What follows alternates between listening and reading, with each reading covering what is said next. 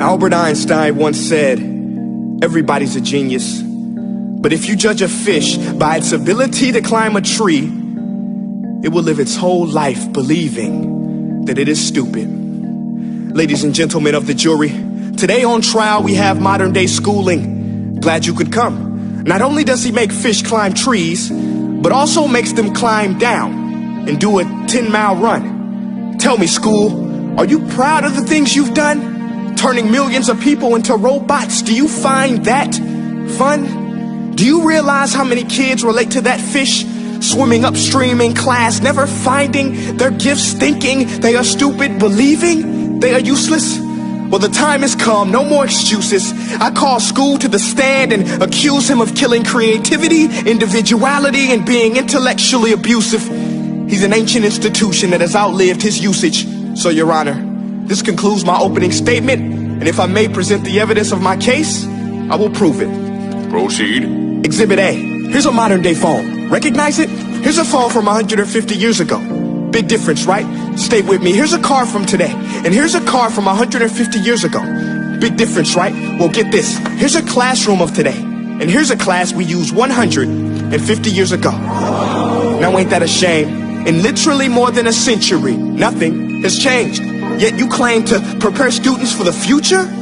But with evidence like that, I must ask, do you prepare students for the future or the past? I did a background check on you and let the record show that you were made to train people to work in factories, which explains why you put students in straight rows, nice and neat, tell them sit still, raise your hand if you want to speak, give them a short break to eat, and for 8 hours a day tell them what to think. Oh, and make them compete to get an A letter which determines product quality, hence grade A of meat. I get it. Back then, times were different. We all have a past. I myself am no Gandhi. But today, we don't need to make robot zombies. The world has progressed. And now we need people who think creatively, innovatively, critically, independently, with the ability to connect. See, every scientist will tell you that no two brains are the same. And every parent with 2 or more children will confirm that claim.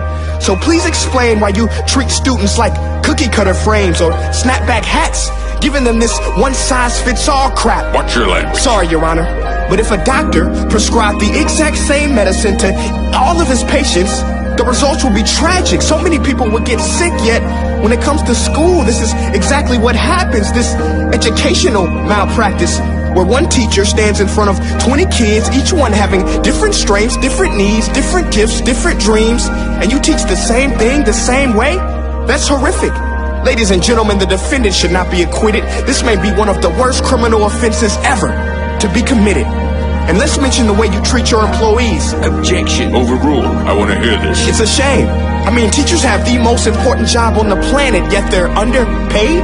No wonder so many students are short-changed. Let's be honest, teachers should earn just as much as doctors, because a doctor can do heart surgery and save the life of a kid, but a great teacher can reach the heart of that kid and allow him to truly live.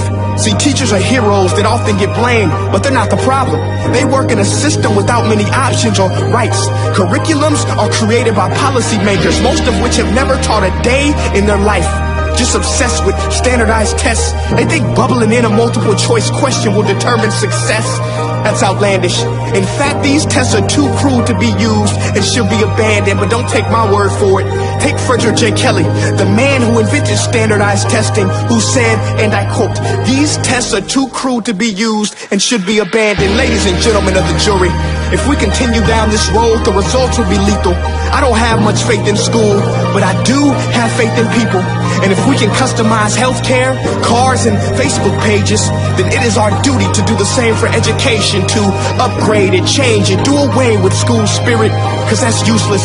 Unless we're working to bring the spirit out of each and every student, that should be our task. No more Common Core. Instead, let's reach the core of every heart in every class. Sure, math is important, but no more than art or dance. Let's give every gift an equal chance. I know this sounds like a dream, but countries like Finland are doing impressive things. They have shorter school days. Teachers make a decent wage. Homework is non-existent, and they focus on collaboration instead of competition. But here's the kicker, boys and girls. Their educational system outperforms every other country in the world. Other places like Singapore are succeeding rapidly. Schools like Montessori, programs like Khan Academy. There is no single solution, but let's get moving. Because while students may be 20% of our population, they are 100% of our future.